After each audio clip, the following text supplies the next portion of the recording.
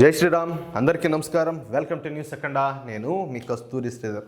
మిత్రులారా, మొత్తానికి యుఏఈ యావత్ ముస్లిం ప్రపంచానికి ఒక షాక్ ఇచ్చింది. ఇంతకు వాళ్ళు ఏం చేసినారు, వాళ్ళు ఎటువంటి నిర్ణయం తీసుకున్నారు అనేది ఈ న్యూస్ ద్వారా మీకు చెప్పే ప్రయత్నం చేస్తా. యుఏఈ అంటే యునైటెడ్ అరబిక్ ఎమిరేట్స్ అనమాట. ఇది అరబ్ దేశాల్లో ఒక కీలకమైనటువంటి దేశం. దుబాయ్ ఉండేది కూడా ఈ యుఏఈలోనే. ఇప్పుడు ఈ యునైటెడ్ అరబిక్ ఎమిరేట్స్ దేశం మొత్తం ముస్లిం ప్రపంచానికి ఒక షాక్ ఇచ్చింది. అదేందయ్యా అంటే, బ్రిటన్లో ఈ మధ్యన ఈ పాకిస్తాన్ గ్రూమింగ్ గ్యాంగులో 1400 మంది బ్రిటిష్ అమ్మాయిలను అత్యాచారాలు చేసిన సంగతి మీకు అందరికి కూడా తెలిసిందే. మన వీడియోస్లో కూడా నేను ఇప్పటికీ 2-3 సార్లు చెప్పాను. ఈ అత్యాచారాలన్నీ కూడా ఒకే రోజున కాకుండా రోజుకు ఒకరిద్దరు చొప్పున కొన్ని సంవత్సరాల పాటు ఈ అత్యాచారాలు అయితే కొనసాగినాయి. అత్యాచారానికి గురి కాబడినటువంటి ఈ అమ్మాయిల వయసు ఎంత తెలిసిన కేవలం 9 నుంచి 15 సంవత్సరాల మధ్య వయసు వాళ్ళే. ఎంత దారుణమో చూడండి ఇది.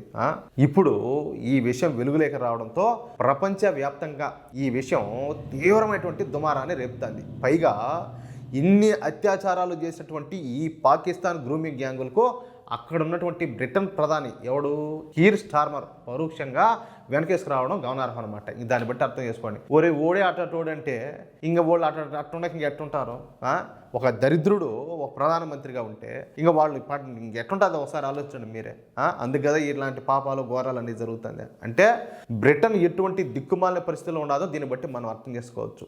అసలు ఇన్ని అత్యాచారాలు మరి వేరే దేశంలో కనుక జరిగినట్టయితే ఈ పాటికి అత్యాచారాలు చేసిన నిందితులందరినీ కూడా తొక్కిపట్టి ఒక్కొక్కరికి కలుసురు ఎలా దిద్దురు అట్నే. కొన్ని దేశాలు అయితే నిలబడి కాల్చురు, కుక్కలు కాల్చేట్టు. అవునా కాదా? మీరు ఒకసారి ఆలోచించండి. కానీ ప్రస్తుతం ఈ బ్రిటన్లో ఉండేది ఈ లెఫ్టిస్ట్ భావజాలం కలిగినటువంటి లేబర్ పార్టీ కావడంతో ఈ బ్రిటిష్ ప్రభుత్వం ఈ పాకిస్తాన్ గ్రూమింగ్ గ్యాంగుల పైన ఎటువంటి చర్యలు కూడా తీసుకోవడం లే. పైపెచ్చు వాళ్ళనే సమర్థిస్తా పార్లమెంట్లో ఓటింగ్ జరిపినారు. ఎంత దారుణమో చూడండి.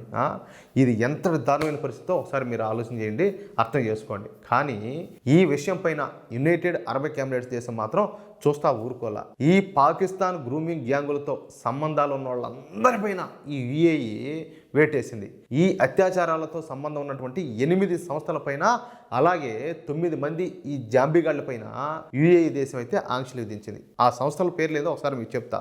Cambridge education and training centre limited ఒకటి, imagine limited, Wembley tree limited, వాస్లా ఫ్లోరాలు, అదేవిధంగా ఫ్యూచర్ గ్రాడ్యుయేషన్స్ లిమిటెడ్, యాస్ఫర్ ఇన్వెస్ట్మెంట్ అండ్ రియల్ ఎస్టేట్ ఒకటి, హోల్డ్కో యూకే ప్రాపర్టీస్ లిమిటెడ్, అదేవిధంగా నాఫెల్ క్యాపిటల్ సంస్థలు అనమాట. ఇవి యుఏఈకి సంబంధించి ఈ సంస్థలన్నీ కూడా యుఏఈకి సంబంధించినటువంటి సంస్థలు. కానీ తరువాత వీళ్ళు బ్రిటన్కు పోయి బ్రిటన్లో ఈ సంస్థలను స్థాపించి అక్కడే ఈ సంస్థలను అయితే నిర్వహిస్తున్నారు. దీంతో ఈ విషయం తెలుసుకున్నటువంటి యుఏఈ ప్రభుత్వం వెంటనే ఈ 8 బ్రిటిష్ సంస్థలపైన ఆంక్షలు అయితే విధించింది. అంటే ఈ 8 సంస్థలకు చెందినటువంటి ఆస్తులు యుఏఈలోనే ఎక్కువగా ఉన్నాయన్నమాట. దీంతో ఈ 8 సంస్థలకు చెందినటువంటి ఆస్తులను పూర్తిగా యుఏఈ అయితే బ్లాక్ చేసింది. అంతేకాకుండా ఆయా సంస్థల ఆస్తులను యుఏఈ ప్రభుత్వం ఇప్పటికే స్వాధీనం చేసుకునింది. చూడండి, ఇక ఈ సంస్థలకు పాకిస్తాన్ గ్రూమింగ్ గ్యాంగులతో సంబంధాలు ఉండడమే కాకుండా నిషేధిత తీవ్రవాద సంస్థ అయినటువంటి ముస్లిం బ్రదర్హుడ్తో కూడా సంబంధాలు ఉన్నాయన్నమాట.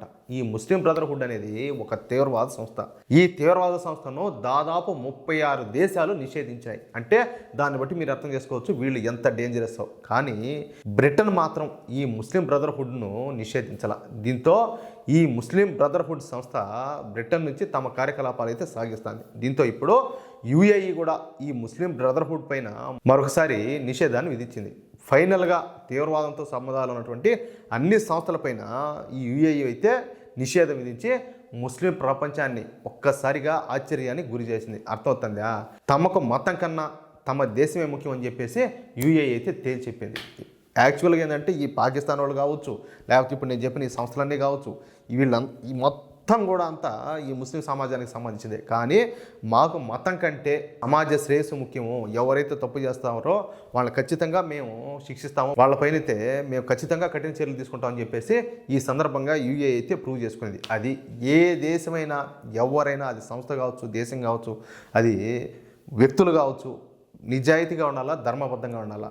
తప్పు చేశారు కదని చెప్పేసి వాళ్ళు మన మతం వాళ్ళు, లేకపోతే మన కులపోళ్ళు, మన గడపళ్ళు అని చెప్పేసి సపోర్ట్ చేసాం అనుకో, రేపు వాళ్ళు ఏమన్నా చేశారు, రేపు నీ ఇంట్లో నీ ఇంట్లో ఉండే వాళ్ళ మీద, నీ బిడ్డల మీద వాళ్ళు కనలేరా? అవునా కదా? వాళ్ళకి ఎట్టటోళ్ళకి ఎవరైతే ఉండదు. పాములు కదా వాటి బిడ్డలను, అంటే పాము పిల్లలు అవి మింగుతాయంట.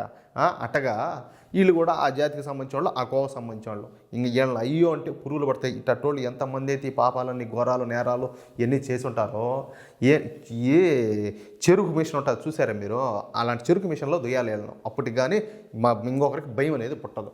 అర్థమవుతుందా లేదా? అది మ్యాటర్. మిత్రులారా, మీకు ఈ న్యూస్ కానీ నచ్చినట్లయితే ఈ న్యూస్ నలుగురికి షేర్ చేయండి. అదేవిధంగా తప్పనిసరిగా ప్రతి ఒక్కరు కూడా మీ యొక్క అమూల్యమైన అభిప్రాయాన్ని కామెంట్ చేయండి. అలాగే ప్లీజ్ ఈ వీడియో చూస్తున్నటువంటి వాళ్ళు ఇంతవరకు మన ఛానల్ సబ్స్క్రైబ్ చేసుకోకపోతే దయచేసి ప్రతి ఒక్కరు కూడా మన ఛానల్ సబ్స్క్రైబ్ చేసుకోండి, సపోర్ట్ చేయండి ప్లీజ్. జై శ్రీరామ్.